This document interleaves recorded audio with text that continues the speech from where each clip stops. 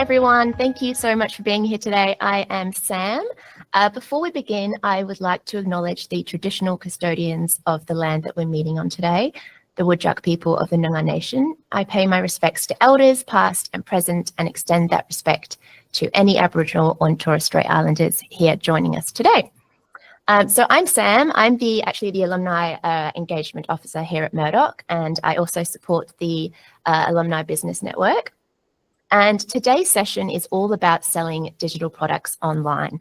So if you have ever felt overwhelmed with the TikToks and the Reels saying, post an ebook and then you'll make thousands overnight, you're not the only one. And this workshop is really about what sells, what works, and some strategies, and just some real honest lessons. We're going to keep it really casual and conversational, and you can expect a lot of practical advice. And I am really super excited to introduce Sarah Thompson. She's the founder of Online Social Butterfly and co-director of AI startup Grid Synergy. You have over 25 years of experience helping thousands of business grow online. So Sarah knows your stuff, and she does not sugarcoat it. We've known each other a little while now, and she's very awesome. So thank you for joining us today. My pleasure, Sam. I'm really excited to be here, actually. Awesome. So let's just dive into it. Let's start with some real stuff. You've been in this space a really long time. What are some of the biggest lessons that you've learned that people don't often hear about? Sure. Probably a really good place to start with digital products is to give you a definition of them so that you understand what we are actually talking about today. Because a digital product is the same as a physical product. The key difference is that you sell it online and you can deliver it online. So it's anything that you can sell online that doesn't involve postage. That's the key difference between something and, say, an e-commerce business, for example. And it's a really huge space, and it includes what we would also call digital experiences. So in that family, things like memberships, clubs, masterminds, all of those fit in that if they are delivered through online experiences. So that's kind of the bigger picture of what digital products are, so everyone knows that we're talking about the same thing. In terms of biggest lessons, I think, and I'm glad you kind of referenced TikTok, because we all get on and, doom scroll and watch Reels and go, so all I have to do is create a PDF, do it in Canva, sell it for $9, and I make an extra $4,000 a month. You see those so commonly, and those people are selling snake oil. I want to be really clear about that, because there is no passive income when it comes to digital products. All digital products take marketing, and they take you connecting with an audience and selling it to them. So when you see those things, please know that that is a huge misconception. And that it kind of rises my hackles, because it makes it seem very easy. And I think it puts a lot of people off, because they watch that and then they do it and it fails. And then they go, so that's all rubbish. And actually just that sort of idea that it's passive is rubbish. Yeah, you hate that term. I remember you saying. Yeah, I do. I think probably the only type of passive income that actually exists is shares, because you give them your money and they give you a dividend. That is a passive income. Everything else requires some effort or expenditure on your part. And so there is a big difference with that.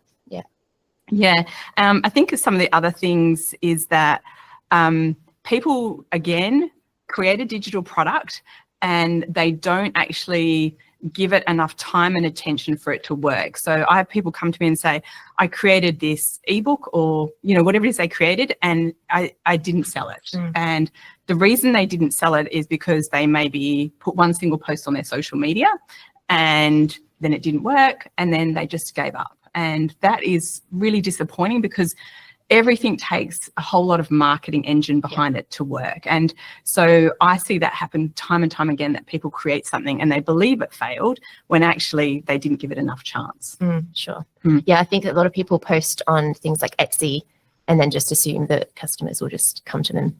And I think, that's not a great strategy. Not at all. No. Cool. So one of the biggest questions people have is what kind of digital products sell online.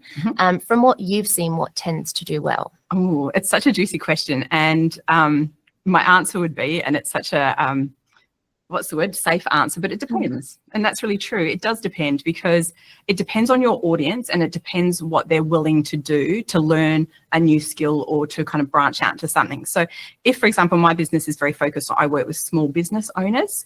I know that they are always looking for shortcuts. They're so time poor. They're wearing all of the hats. And so it will always work if you sell them, here's a shortcut, here's a checklist, I'm going to teach you something and kind of compress time for you. Yep. That will always work really, really well for that audience.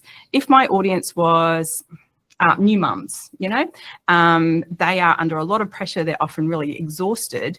They want to probably watch something that's very practical. So some sort of video content would be really good. So the best way to create something that works is there is no magic formula. So if you see someone on TikTok saying, do, you know, A, B, and C will get you to D, that is absolutely not true. The answer is always ask your audience and speak to them and find out, you know, what's going to help them, what kind of delivery will work for them, because it will be different, and then lean into that. Yeah. Yeah. Cool.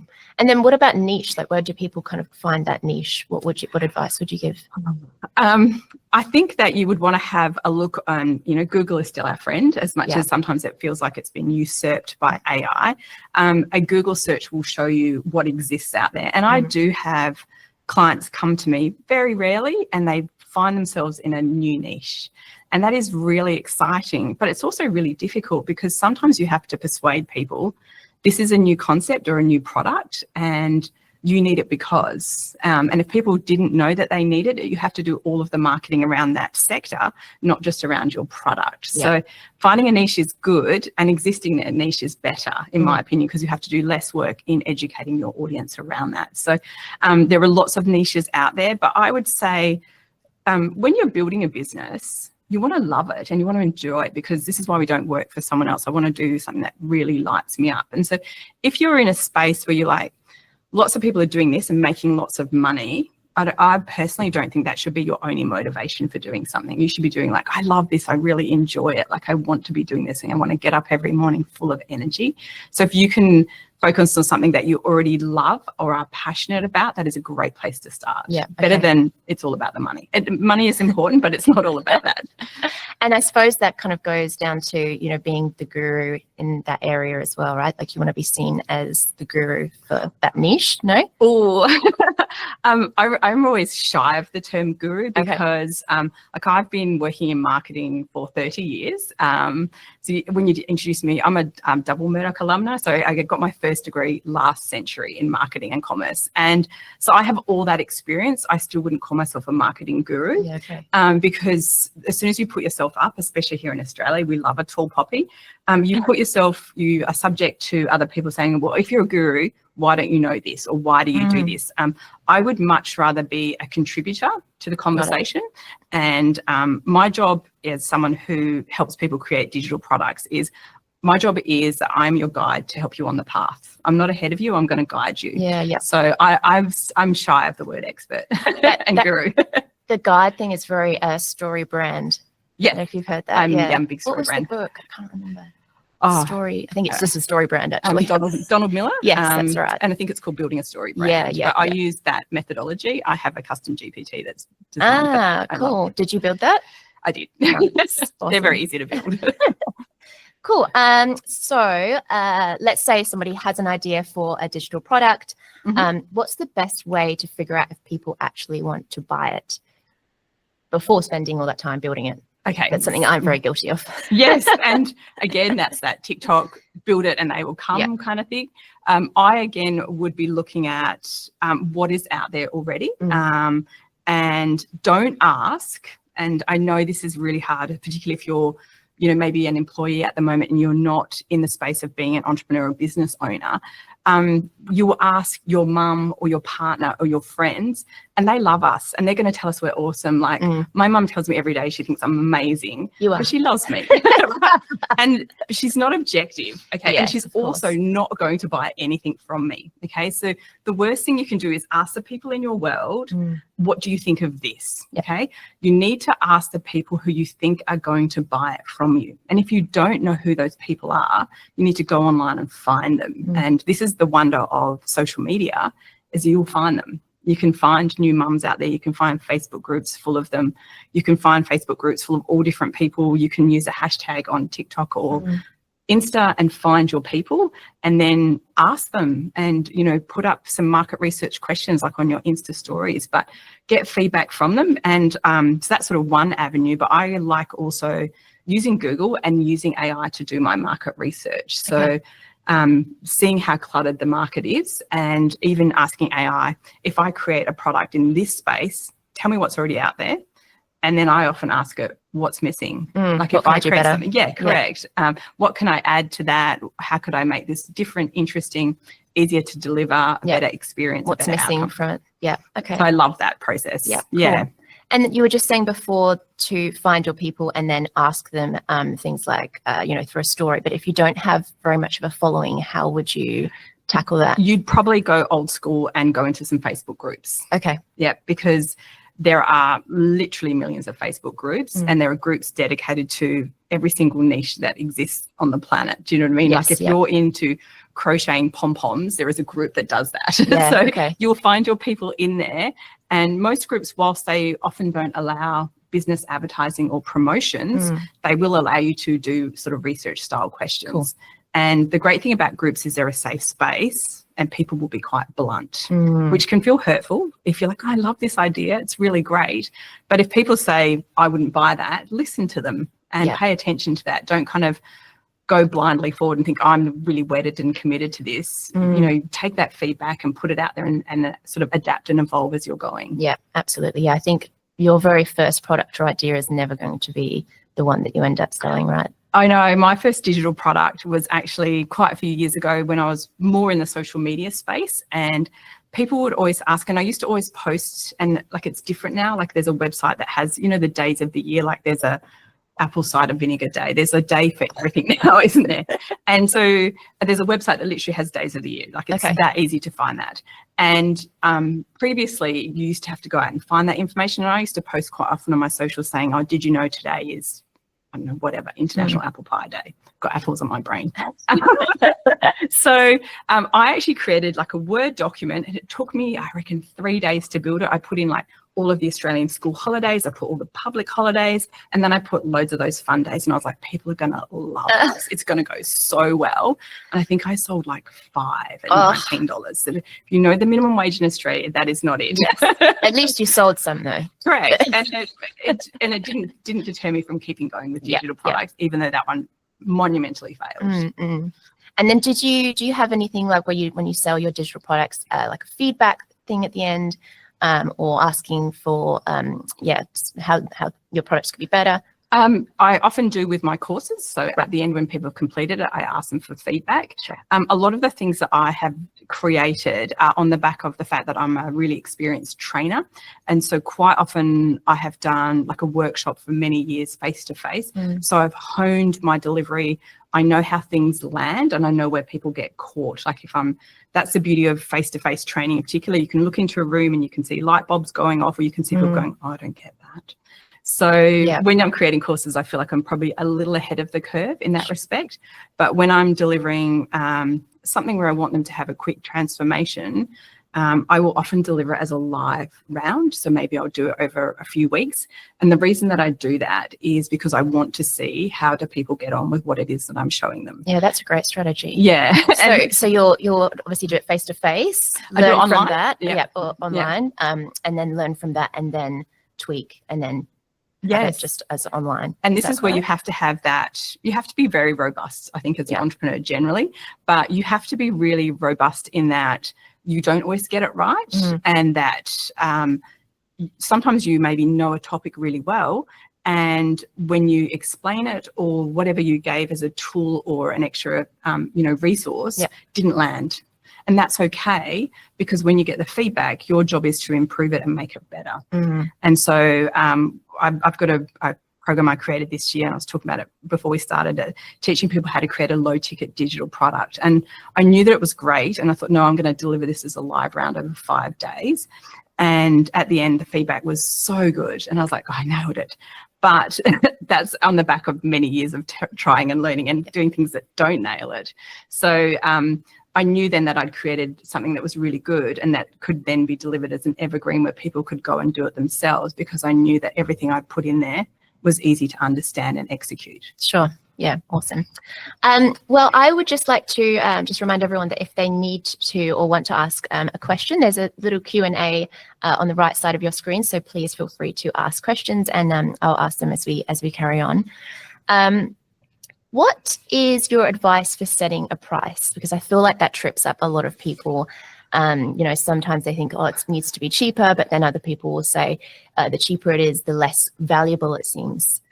Ooh, and pricing is such a juicy topic, and it's so tied up with how you value yourself and how you value your expertise. And one of the things I would say is that when I went into business, I had no idea that being an entrepreneur would be such a big journey into self-development. And if someone had told me that, I would have happily argued that they were wrong, because I was going into business to teach people all of my marketing stuff, not to learn more about myself. And as soon as I went into business, one of the first meetings I had, someone asked me my pricing. And I don't reckon I said my hourly rate aloud in a room with someone for 3 years. I used to send emails because I wasn't confident in my pricing. Yeah. Okay. And so the first thing you need to do is work out what your money mindset is. Are you confident to talk about pricing? Are you confident in the value that you're giving someone? And if you haven't heard of money mindset, go and ask AI what it is, because once you work through those things, you'll work out what your own blocks are. Like if you were raised, like I was raised by a single mother, and so we did not have an abundant, wealthy childhood. And so my money mindset is you have to work hard to earn money. Yeah. So once you've worked through that, you can move forward. But when you're pricing a digital product, you're not pricing something that doesn't exist in the world already. So you can do your Google search, you can do your AI search and have a look at where that sits in terms of pricing and value. But the other thing you do want to ask yourself is, if someone has created something and they have got, say I've created something and I've got 30 years marketing experience, I've got a couple of degrees in marketing and comms and business management, and then I have 10 years in digital, right? I bring lots of expertise to that, so I should be able to charge this price. If you're new to the market and you don't have any skills, you don't have any runs on the board, then it would be reasonable that you shouldn't be able to charge what I charge, okay? So knowing your worth and knowing what you bring is important. And the other thing, obviously, and I'm sorry I'm talking marketing, but it's your brand, and where does your brand sit in the market? So am I a Louis Vuitton or am I a Target? Okay, and then knowing therefore what you can charge. So a little bit of market research, a little bit of knowing your expertise and value, and then a little bit of pixie dust on top of that, because you do have to put into the market and say, I'm going to charge $29 for this. And sometimes your audience will go, this seems like it's really insane value. That means it's too cheap. Yeah. So you do get to play with your pricing. Once you've put something out into the world, you're not locked into it forever. You can, I regularly play with pricing, and I particularly play with it in paid ads to see what lands and what works. Yeah, sure. And is that location based, do you think, with pricing, or do you kind of? Well, it can be. So one of the few joys of the current economic climate is that our Australian dollar looks favourable to the US dollar. So I sell heavily into the US market because first of all, they don't pay GST, and then they have the exchange. And so it seems so much cheaper if you're selling in Australian dollars. Okay. Yeah, that's very clever. Yes. Cool. I have another question in terms of pricing and I guess like free digital stuff that's online. Is that something that you would look at? Because I mean, there's a lot of free stuff, because I think people use that as a funnel, right? Correct. Yeah. Yes. So is that something you kind of research before you would release the product or the final thing? So a free digital product is what we would call a lead magnet. So it leads people into your business. And the reason we do free is because I'm going to give you something, and in exchange, you're going to give me your email address. And I would consider an email list to be the biggest asset you can own as a digital product business. Because I can use social media and I can use paid ads, but none of them are, I don't own any of that space. So all of social media are their own sandbox, and you get to play in them at the discretion of that platform. So I have loads of followers on social media. None of them I own. I have no access to their content, to their information, to their data. So my job is to get people off social media onto my email list. So I use freebies a lot. One of the things I would say is if you're going to use a freebie, use it intentionally. So don't just give it out on socials. People will always put it behind a sign-up page. And then I've got you on my list and I'll put you into a simple email funnel. And those can work really effectively. But one of the things you can do poorly is go, oh, I'm just going to create this freebie. And then you don't know what the customer journey is into, here's the free product. What is the next offer that I want to put in front of them? And so if you're not clear on the customer journey into your business, you can create freebies that don't go anywhere. Yeah. And again, I've definitely done that. Yeah, so sure. We learn from our mistakes. And when you have your freebie and then you ask them to sign up, is there ever a time when you would ask them to sign up but also do an upsell? Always. Yeah. Okay. Yeah. Yeah. Cool. So usually if you're signing up someone to a freebie, they will go to a landing page. One of the things I would say is ask for as little information as you can. Okay. And in the digital space, that's a first name and an email address. I will only ever put 2 data fields in there. If you ask people for like their mobile, they'll drop out. No one wants anyone calling them. If you ask them for their address, nobody will give out that. So the quicker you can get them signed up, the better. As soon as they've signed up in a digital marketing space, we call it speed to sale. How quickly can I turn you in from a lead into a paying customer? And so we use a process called a tripwire, which simply means that instead of getting that little page that says, thank you for signing up, the thank you page is a sales page. Yeah. And that will usually be your first low ticket product that you put in front of someone. Sure. Okay, cool. Awesome. We have a question. Ooh, already. Yes, that was quick. So when you do your live version of the course, do you charge for this, and is it different to the price of the evergreen course? Ooh, juicy. Am I allowed to just say it depends? But give you. Of course. So I would say that when I'm running it for the first time, when I'm beta testing it, and I would just say I never ever use that language beta testing it externally. I am very experienced and I don't beta test anything. What's beta testing? It means that you're running it as a round where you're testing out your processes and methodology. Okay. So you do hear people say, come and join this now. It's a beta round and it's only this much. Yeah. Yeah. To me, that says to people, I don't know what I'm doing and I hope this is going to be good. Sure. That's not how we want to run our business. So when I'm doing something for the first time, I will always do a live round, like I said, to see if it lands, see if what I'm selling, what I'm teaching is getting understood and people are getting results. Once I know that, it can then go evergreen really easily. But I sometimes run live rounds and I tend to not charge more for it because it's a selling strategy to say the bonus is you get me for 6 weeks. But you absolutely can charge for live rounds and you can charge a premium for that because if people get access to you as their guide or coach or expert, then that has value to them. Yeah. So yes, you can definitely charge more. Okay, cool. With marketing, do you prefer email or social media? I use both extensively.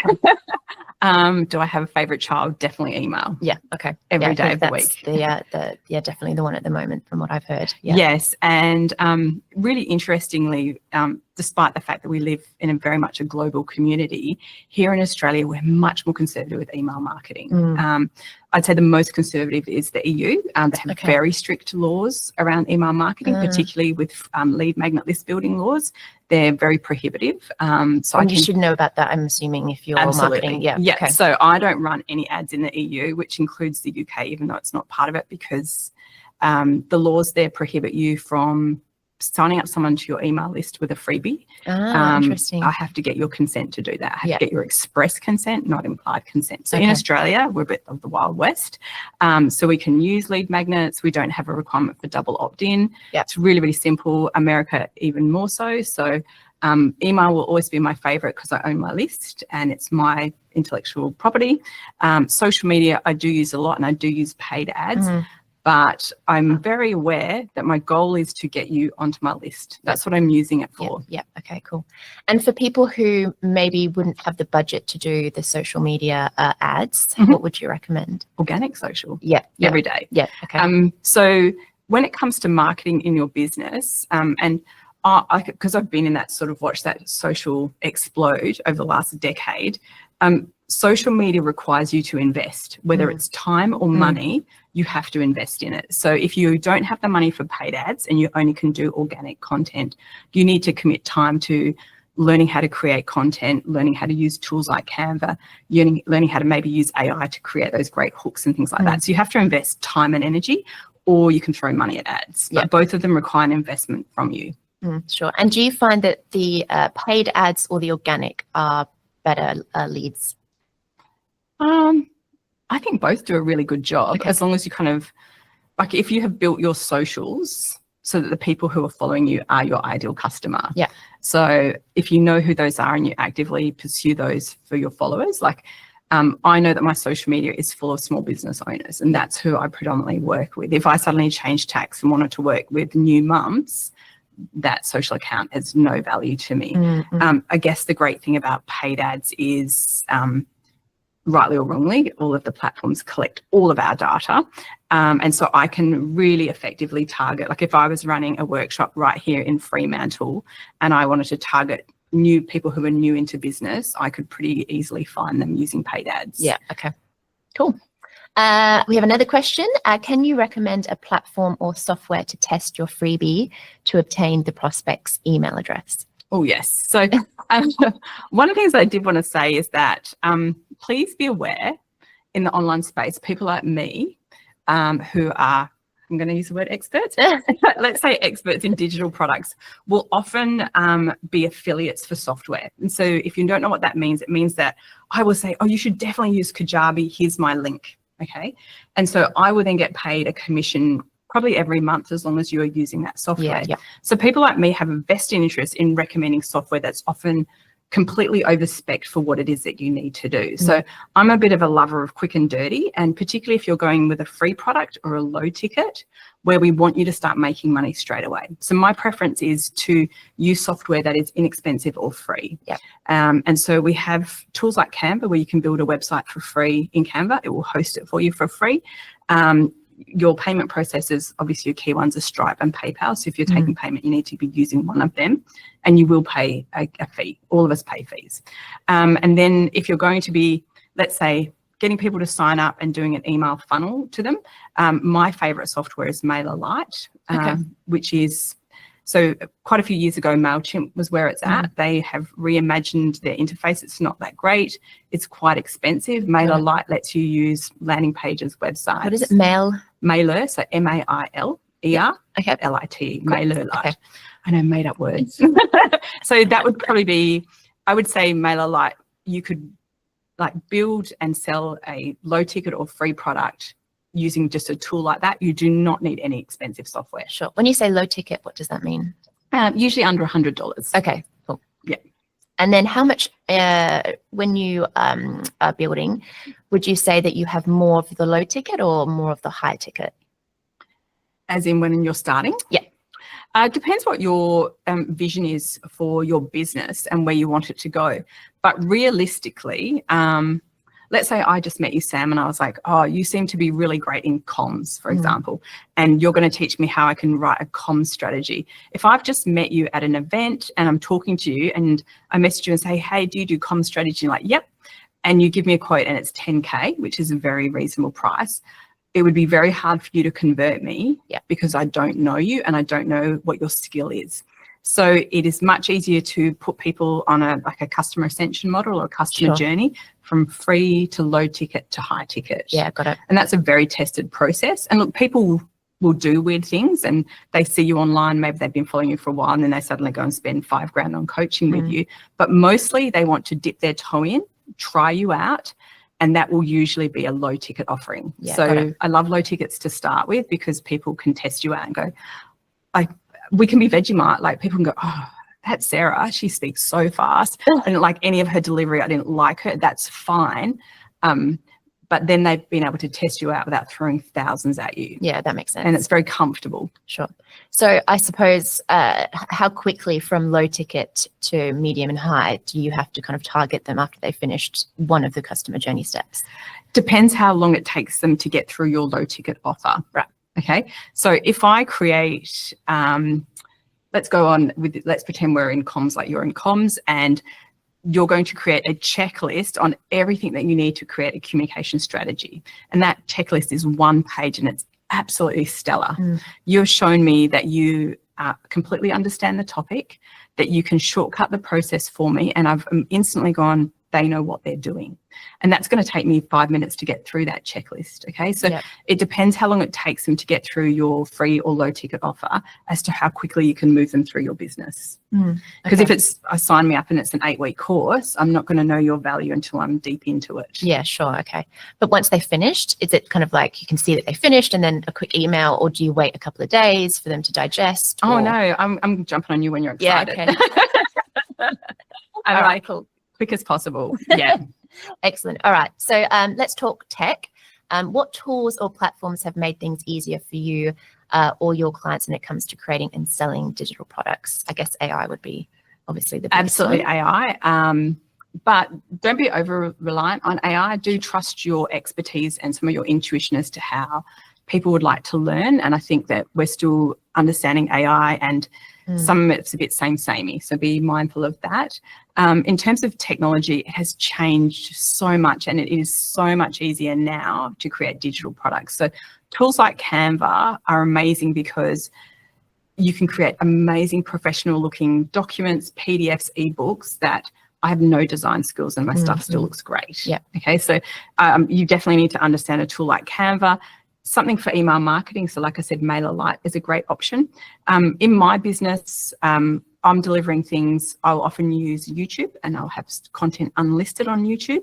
Remember, as a platform, YouTube has probably spent billions on its execution and delivery. They are the experts in delivering video content. So I'm not going to try and replicate that on my website and pay lots for my hosting, with the risk the user experience will be rubbish. And with the YouTube, is that subscribed? You can have payment, or is that? No, you can put things on your own YouTube channel unlisted. Right. And so you can only see that video that I've got unlisted if you have access to it. Got it. Okay, I see it. So I can send you an email and say, here's the video tutorial on how to use Canva. And it's a link to YouTube, and you just watch it unlisted. Got it. So it's kind of a private, and then it's unlocked through the link that you provide them. Yes. Okay. And what did people share that link though, or? Absolutely, but people can share anything. So that is the truth of any digital program course. It relies on people's integrity, and they don't always have that. You can't password protect it on YouTube? Well, then I just give you the password. True. So, there is always a way around everything. Yeah, true. So we have to rely on people doing the right thing. And of course there are people that don't, but that is the nature of doing business online. Okay, cool. Another question here. What is the recommended length or size of the freebie? For example, 1 page, 5 pages. I'm assuming you may have a video. What kind of length? I would say the length should be enough that people can get through it or accomplish it in a short amount of time. Okay. So I see people create ebooks and it's like 70 pages. I would see that and burst into tears because I'm never going to get through it. And so my recommendation would be, how quickly can I get through this? And then I'm excited to see what you've got next. Yeah. Okay. So I often give away things like free tutorials that are about 20 to 30 minutes, usually teaching them one thing. This is how you can create a reel in Canva. I'm going to show you. Not this is every technique you need to create a reel that's 700 pages. Keeping it simple and not overwhelming people. And I'm often surprised because obviously I live in this digital space, and America still leads the way. We have our big names in the US, and when you watch them do their launches, I'm always surprised that they all over deliver on content, because I might have signed up and they're like, we're going to do a 3-day boot camp, and they're doing 2 hours of content every day, and you're like, well, I'm never going to get through that. So at the end of 3 days, I have fallen over and not completed what you've done.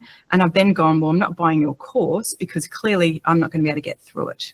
So you want to be giving enough to show your value and expertise without overwhelming people. Sure. And in this busy life, that's very easily done. So keep it simple, focus on solving one problem. Okay.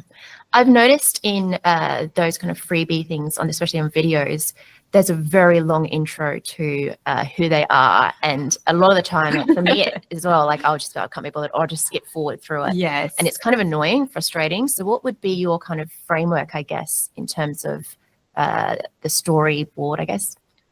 I've experienced that too. And I think as a result, I have one slide and I maybe talk about myself for a minute. If say it's a 30-minute tutorial, I would talk about myself for a minute because I have to tell people this is my experience and my qualifications because they have to trust me and I need to create that trust. I don't need to tell you my whole life story of when I started my entrepreneurship, every job I've ever had, like my CV.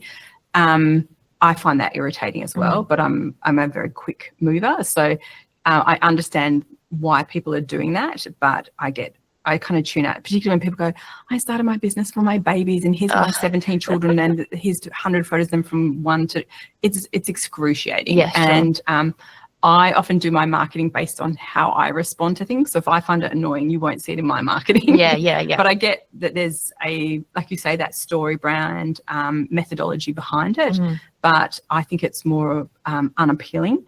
It's also quite American, and in Australia we don't love American culture. We like to be a bit more Australian, and so we're like, just get to the point. I know you're good, let's go.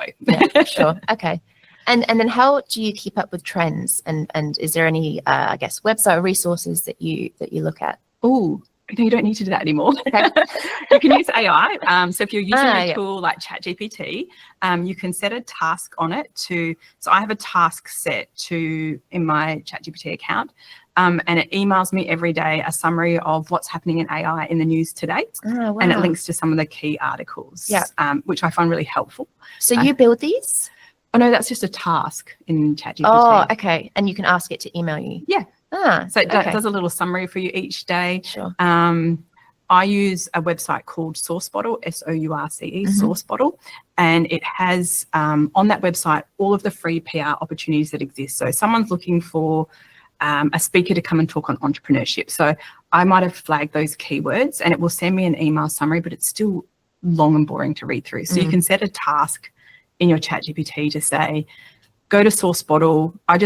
At the moment, all I want to do is talk digital products. So tell me what opportunities exist and email me a summary each day. It's cheating.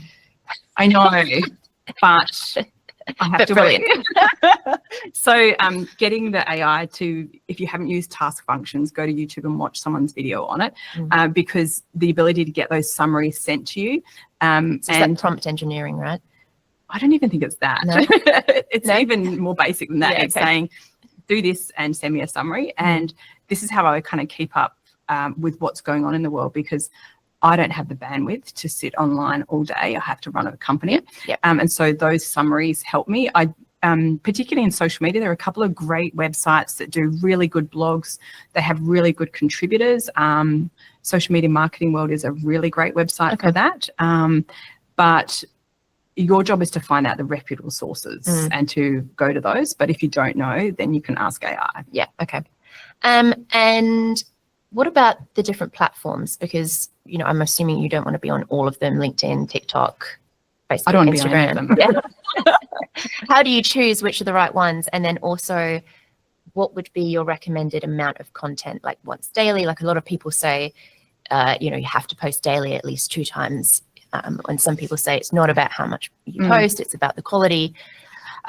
You do need to be on a lot of platforms, but the beauty of technology is there's now great social media scheduling tools, which means you don't have to show up live all the time, which is exhausting. So you need to be on, and I always say this to people, if a platform has 1 billion monthly active users, you should be on that platform because it's big enough that all kind of key demographic groups are represented there. So if you just want to work with new mums, and like I think it was 2 years ago, TikTok got to 1 billion, you need to be on there. And as much as I'm kicking and screaming, don't enjoy TikTok, I am on there because there's 1 billion people on there and it's a growing space. But I would also say that there are new platforms popping up and new niches. So and one of the platforms that's like the 3rd biggest driver of traffic to my website after my email list and then after Insta is Pinterest. Yes. Niche platform. The content has a much longer half-life on that platform and it's less hectic. So you can put content up there and it lasts 3 or 4 months. And so that will work for you. So, and Pinterest is very heavily female biased. So if that's your audience, that's where they are. So you want to try out different platforms. I'm about to dive into Substack. I've not heard of that one. So Substack is very much, if you're into reading and books, a lot of authors are on Substack. I want to call them blogs, but they're almost like newsletter meets blog. Okay. And there's a lot of fan fiction on there. So I've got a podcast coming out next week talking about Substack and how we can use it as a tool. So I would say be open to trying new things and seeing if it works for you. I remember a few years ago, showing my age now, Periscope was huge, and it was a really good way to connect with people, but you had to get on there and show up. And so that's not everyone wants to do that. So platforms will come and go, and you can find niche ones that will work, but you do need to be on all the big kids, the meta ones. And Reddit's another one, right? Yeah, so Reddit, I think about 12 million Australians use Reddit every week. And I use it personally. I'm probably talking to Russian bots most of the time, but it's really fun. It's a great way to kind of, it's like that vox pop, the voice of the people. Like, what's the sentiment around at the moment on this? And you can dive into some very good subreddits. Yeah, I do like international politics, so I'm definitely talking to Russian bots in there, but it's fun. Do they have rules though, in terms of, I know that in posts you're not really meant to promote your business? Everywhere has rules. Yeah.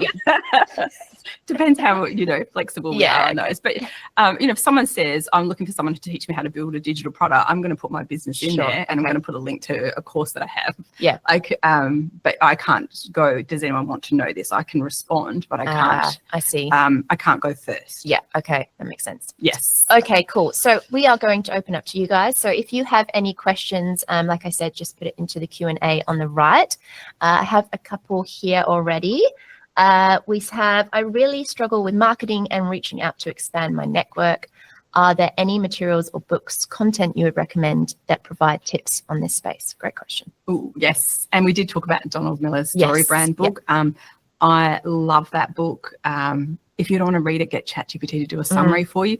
But if you can understand how to tell stories and connect your brand in a very human way with people, that's always a great place to start. But if you don't embrace marketing, it's going to be very hard for you. So you want to find a way that allows you to show up and be authentic without kind of going, like, I'm not dancing on TikTok. It's just not going to happen. Shame. But really not. No one wants to see that. But what I am prepared to do is I will talk to camera all day. So I show up in a way that's very comfortable for me. And so I would encourage you to find out, how can you show up that feels good for you? Because if you sit there looking terrified and nervous, it comes through. And then people are like, I get that they're talking about something they know about, but then I'm not feeling it. Yeah. So, yeah. With marketing, you do have to push through some discomfort, but you don't want to feel like this is not me. Yeah, for sure. Okay, cool. I don't know if I answered the question. No, that was great. I think that Story Brand's really awesome in terms of, I don't know, it's funny how they always say it's like the movies. And now every time I watch a movie, I'm like, oh, that's the hero, that's the guy. Absolutely. And it's also interesting how, I look now at marketing, and sometimes organizations or entrepreneurs would be talking about themselves. I do this, I do that. And it's kind of a lot to do with the language and yeah. It is. And I think Story Brand really bought into, like, if you ever studied drama or, anything in that space at school or at university, we understood the hero's quest or the hero's journey. And like some of my favorite authors like Tolkien are absolutely sort of the gold standard in hero's journeys. But what we need to do is show our audience, what is their hero's journey going to be when you work with me? So I know I have an offering called Low Ticket Launchpad, and I will teach you how to build a digital product. So your hero's journey is, right now you want to build a digital product. You're completely overwhelmed and you've probably been faffing about for months. So you're going to buy my course, and I'm going to take you on a journey, and in 5 days you're going to have a product ready to sell. So that is your hero's journey that I'm going to take you on. So I will tell that story. Yeah. And so once you lean into that, people care about you as in, are you my guide? They don't care about all of your stuff. They care about themselves, and they care about how you can help them. And I would say that's a marketing 101. If you don't know someone's problem, the transformation and the outcome, you will struggle with marketing. But once you can understand that, it's all easy. Sure. I help people do this. Once you can articulate that, it's all easier. Yeah. Okay. How important have you found testimonials? Incredibly. Yeah. Testimonials are the juice of your hero's journey, the juice of, this is the transformation I create. I came to Sarah and I did this, and at the end I had that. So if you can kind of guide people with testimonials and say to them, can you please talk to me about what the problem was, how I helped, and where were you at the end, like your outcome. Yeah. So you can give people tips. That's really helpful. Yeah, sure. Sometimes people will give you random testimonials, but usually there's some juice in there that you can always use. Yeah. But weirdly, in a kind of macro, my grandparents, they would have looked to the church, government institutions like the police, the government itself were trusted institutions. So if your priest said do this, you would have done that. Nowadays, we have no trust. Yeah, absolutely. But we trust randoms online.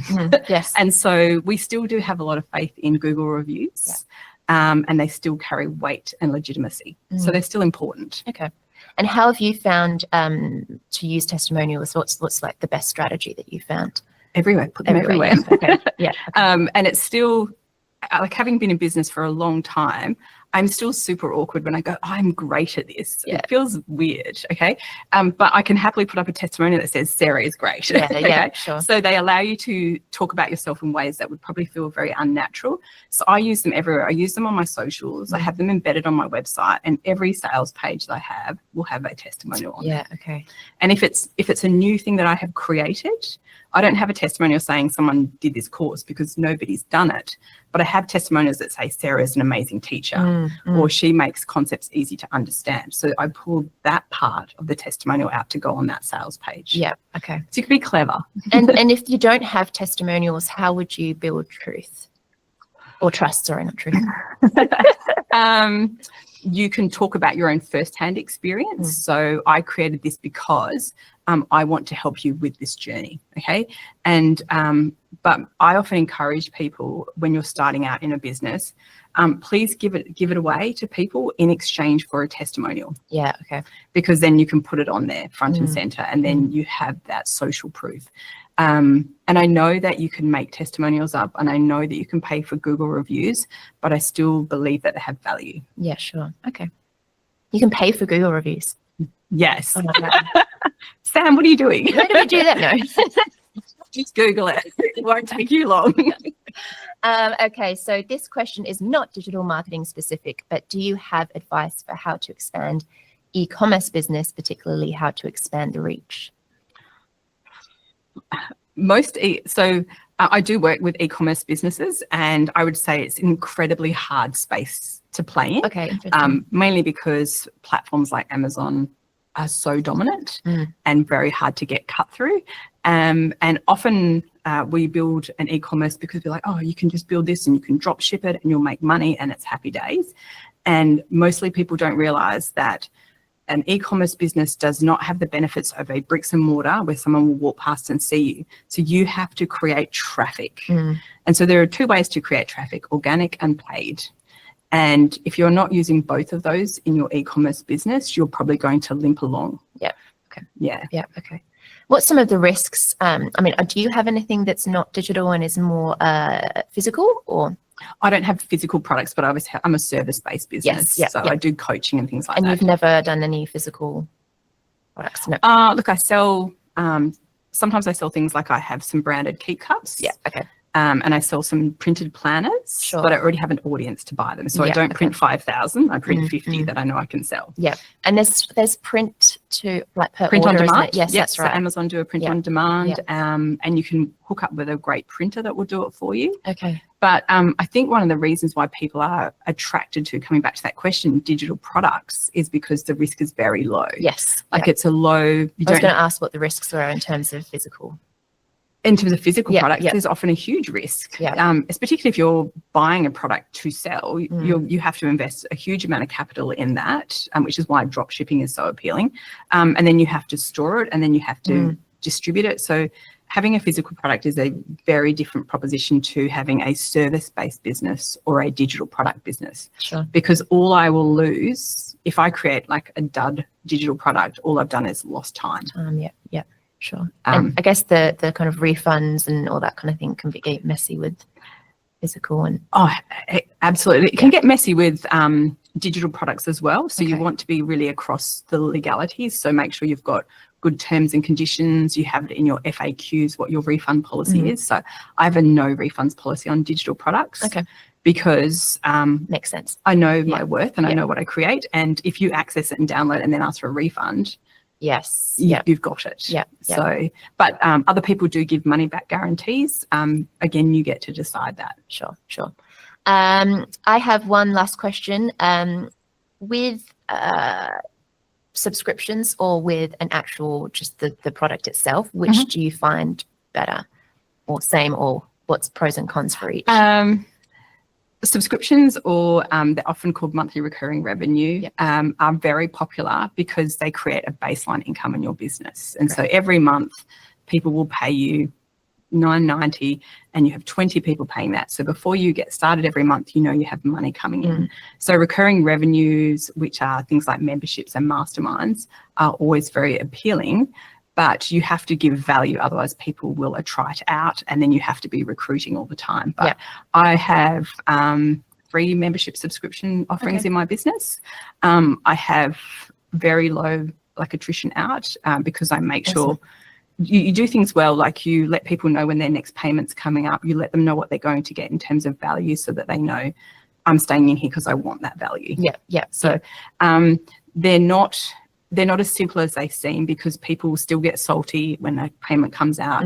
Can I have a refund? It's like, no. Would you ask Netflix for a refund if you miss the date? But I think as a small business, people often ask you those things, and I always feel super mean saying no. But that's the nature of the beast. So they are very appealing because they offer that recurring revenue. You're not looking for the next customer. But then they also have a fair bit of management around kind of finances. And what kind of products are subscription based? What would you recommend? So many. So I have a subscription based, I sell templates. That's a monthly subscription. And those are very popular, but mine was easy to create because I had an audience. So I will just put a caveat on that. And then you can have... Is that like social media templates or...? It's a lot of different templates. So often things like Canva templates. It can be templates that they can resell, like planners and journals. So it's $9.90 a month. So again, the price point's low, but it's based on scalability. So as a person getting that subscription, they're not going to cancel it because it's $10 and I'm getting all of this value. So making it that irresistible is really important. But have I answered the question? I don't think I did, sorry. What kind of products for subscription? Oh, yes. So I've got templates. I have a membership, which includes access to about 50 classes. And every month I get access to me in a group coaching setting. Oh, cool. Okay. So, yeah, that's a membership proposition, which I quite like memberships because they create community. Oh, yes. Okay. And that's a nice thing online. And I guess same with ChatGPT, you can kind of ask what kind of subscription products you can. Absolutely, you can. But one of the things I would say, and again, it's coming back to those TikTok entrepreneurs, they'll say, oh, you can set up a template club. And then, so I've got a client who has a template club that's $16 a month and she has 6,500 members in it. So yes, she's doing over 100K a month. Wow. But the reason she has that is she has a really strong personal brand. She's in the education space and she creates resources for teachers. But she's been in that space for many years and she knows her audience, and half the schools in Australia will know her. And so she has an existing audience to sell to. So please be careful of memberships, because if you're an unknown, you can create a membership and no one's going to join it because we don't know you. Yeah. Makes sense. Yeah. So they're often a bit further in your customer journey. Cool. Awesome. All right. Well, we are almost out of time. Sarah, thank you so much for being here and sharing. And it's been really refreshing. And I think the advice that you've given has been super practical. And it's been awesome. So thank you. My pleasure. Thanks for having me. Also, a big thanks to Dilate Digital, who have sponsored this event and have provided all the tech. So thank you to everyone that's joined us and people who are watching the recording of this, which we will send out shortly. Thank you so much for watching. We have loved having you here and we look forward to seeing you at the next event. Thank you, everyone.